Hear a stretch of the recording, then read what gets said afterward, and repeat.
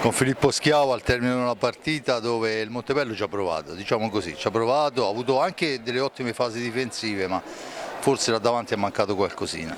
Sì, sapevamo che saremmo andati incontro a una partita molto difficile perché sappiamo tutte le qualità del Forte e l'avevamo preparata e siamo anche riusciti in parte a fare quello che ci eravamo prefissati, però abbiamo sbagliato troppo, come hai detto te, sotto porta e loro sono stati secondo me più cinici a, a segnare quelli che gli sono capitati, poi qualche errore in difesa c'è stato e niente, c'è da migliorare e pensare alla prossima.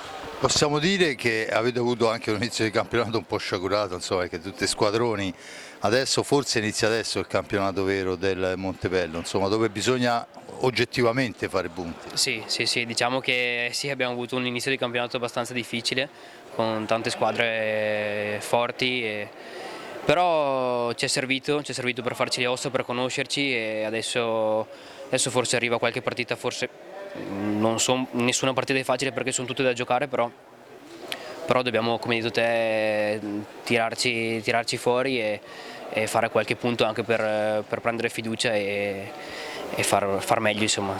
Adesso sembra uno sproposito dirlo, no? Ma Filippo è un po' l'esperienza della squadra, nel senso che sono tutti ragazzi molto giovani, siete tutti ragazzi molto giovani, ma insomma lui ha esperienza del nostro campionato. Io ho visto comunque anche dei ragazzi che hanno dei numeri, perciò insomma alla lunga credo che verrete fuori. No, lo penso anch'io, sono fiducioso, siamo tutti molto giovani, siamo tutti giovani e tutti nuovi, quindi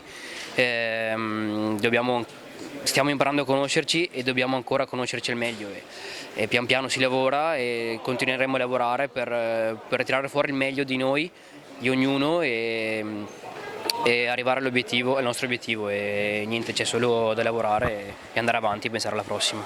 Un'ultima domanda, ho visto, cioè nonostante il passivo, nonostante la gran difesa, pochissimi falli, perciò insomma una squadra che gioca bene a hockey.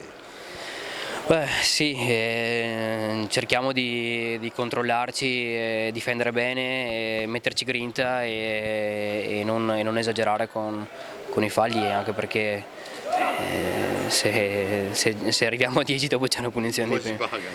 E quindi cerchiamo sempre di stare attenti e dare il massimo, sempre con la grinta comunque. Bene, Filippo Schiavo, grazie mille. Grazie.